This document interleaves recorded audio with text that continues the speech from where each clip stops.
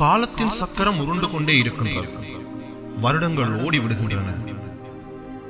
மனிதர்கள் கடந்து செல்கின்றார்கள்.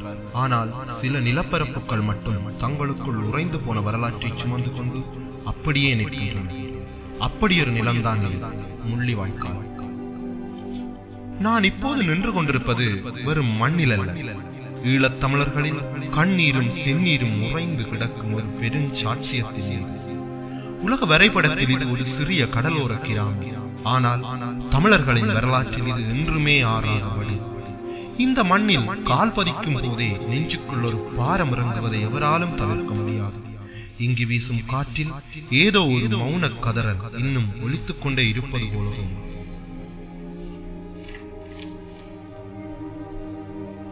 அன்று, அதாவது 2009 மே மாதத்தில் அந்த இறுதி நாட்களில் இந்த குறுகிய நிலப்பரப்புக்குள் லட்சக்கணக்கான மக்கள் சுருக்கப்பட்டார்கள்.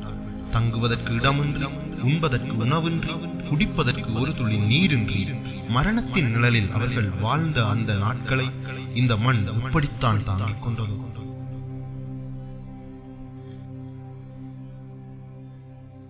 சுற்றி வளைக்கப்பட்ட ஒரு சின்னஞ்சிறு முனம். ஒருபுறம் கடல், மறுபுறம் நந்தி கடலேறி, மறுபுறம் மரணமாய் சூழ்ந்திருக்கும் இராணுவம். தப்பியோட வழியே இல்லாத ஒரு மரணப் பொருட்குள் நமது சொந்தங்கள் சிக்க வைக்கப்பட உலகமே வேடிக்கை பார்த்தது. ஆம், உலகத்தின் மனச்சாட்சி உறங்கி கிடந்த போது இங்கு கொத்து கொத்தாய் எமது உறவுகள் சரிந்து விழுந்தார்கள். வானத்தில் இருந்து பொழிந்த குண்டுகளுக்கு வயது வித்தியாசம் தெரியவில்லை. பச்சிளம் குழந்தைகளும் கர்ப்பிணி தாய்மார்களும் முதியவர்களும் அந்த பதுங்குகுழிக்குள்ளேயே புதையுண்டார்கள். கைகளில் வெள்ளை கொடியோடு நீதிக்காக நின்றவர்கள் கூட துரோகத்தால் வீழ்த்தப்பட்ட வரலாறு இந்த மண்ணுக்கு மட்டுமே வெளிச்சம். இன்று இங்கு எரியும் சுடர்களும் நாம் எழுப்பும் நினைவு சின்னங்களும் வெறும் சடங்குகளும். அவை அநீதிக்கு எதிராக நாம் எழுப்பும் மௌன குரல்கள். அன்று வானத்தை பிளந்த வெடியோசைகளும் குண்டு சத்தமும் இன்று ஓய்ந்து போயிருக்கலாம். ஆனால் இந்த நிலமிழந்த உயிர்களின் ஆன்மாக்கள் இன்னும் அலைந்து கொண்டுதான் இருக்கின்றன. இயற்கை எவ்வளவு விசித்திரமானது! அன்று மனிதர்களின் இரத்தத்தை குடித்த இதே கடல் அலைகள் தான் இன்று எதுவுமே நடக்காதது போல கரையை வந்து தொட்டிச் செல்கின்றன. ஆனால் இந்த அலைகளுக்கு தெரியும் தாங்கள் கரையேற்றிய பிணங்களின் எண்ணிக்கை எவ்வளவு என்று. இந்த முள்ளிவாய்க்கால் காற்றில் கலந்திருப்பது எமது மக்களின் இறுதி மூச்சு காற்று. இங்குள்ள மரங்களின் வேர்களை தோண்டினால் கூட எமது உறவுகளின் குருதி வடி. பசியால் துடித்த எமது குழந்தைகளுக்கு கஞ்சி காட்சி ஊற்றக்கூட வழி இல்லாமல் அந்த கஞ்சிக்காக வரிசையில் நின்ற போது குண்டடிபட்டு செத்த எமது மக்களின் கதறல் இந்த மண்ணின் ஒவ்வொரு மணல் துகளிலும் பதிவாகி இருக்கின்றது.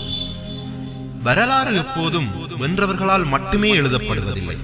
தோற்கடிக்கப்பட்டவர்களின், வஞ்சிக்கப்பட்டவர்களின் இந்த மௌனமும் ஒரு நாள் உலகத்தின் முன்னால் மிக உரத்த வரலாற்றை பேசி அதை இந்த இயற்கை தன் நெஞ்சுக்குள் பத்திரப்படுத்தி வைத்திருக்கின்றது. ஒவ்வொரு வருடமும் மே 18 வரும்போது உலகெங்கும் வாழும் தமிழர்களின் கண்கள் குளமாகின்றன. நாம் எத்தனையோ துயரங்களை கடந்திருக்கலாம். ஆனால் இந்த துயரம் எம்மோடு பிறந்தது, எம்மோடு வளர்ந்தது, எமது சந்ததிக்கும் கடத்தப்படும் ஒரு கூட்டு துக்கம். தங்கள் சொந்தங்களை, பிள்ளைகளை, பெற்றோரை இந்த மண்ணில் பறிகொடுத்துவிட்டு இன்று வரை அவர்கள் ஏன் இருக்கின்றார்கள் என்று கூட தெரியாமல் தேடிக்கொண்டிருக்கும் தாய்மார்களின் கண்ணீருக்கு இந்த உலகத்தில் என்ன பதில் இருக்கின்றது? இங்கு சிந்தப்பட்ட ஒவ்வொரு துளி கண்ணீரும் அநீதி இழைத்தவர்களின் மனச்சாட்சியை என்றாவது ஒரு நாள் உலுக்கியே தீரும். முள்ளிவாய்க்கால் என்பது வெறும் தோல்வியின் குறியீடு அல்ல. அது தமிழினம் தன் உரிமையாக்கி கொண்ட தியாகத்தின் உச்சம். எவ்வளவு பெரிய பேரழிவை சந்தித்தாலும் எமது இனம் இன்னும் அழியாமல் நிமிர்ந்து நிற்கின்றது என்றால் அதற்கு இந்த மண்ணில் விதைக்கப்பட்ட உயிர்களின் வீரியம்தான் காரணம். காலங்கள் நகரலாம், தலைமுறைகள் மாறலாம், உலக அரசியலின் சதுரங்க ஆட்டத்தில் எமது கதைகள் மறைக்கப்படலாம். ஆனால் முள்ளிவாய்க்கால் தந்த வடுக்களும் நாம் இழந்த எமது தொப்புள் கொடி உறவுகளின் நினைவுகளை தமிழினம் இந்த பூமியில் வாழும் வரை அழிக்கவும் முடியாது. இந்த மண்ணை நாம் வெறும் சுற்றுலா தலமாக பார்க்க முடியாது. இது எமது புனித நிலம். எமது உரிமைக்காகவும் விடுதலைக்காகவும் தங்களை அர்ப்பணித்த மாவீரர்களுக்கும் பொதுமக்களுக்கும் எமது நெஞ்சார்ந்த அகவணக்கத்தை செலுத்துவோம். மறக்கவும் முடியாது, மன்னிக்கவும் இயலாது முள்ளிவாய்க்கால் நினைவுகளுடன்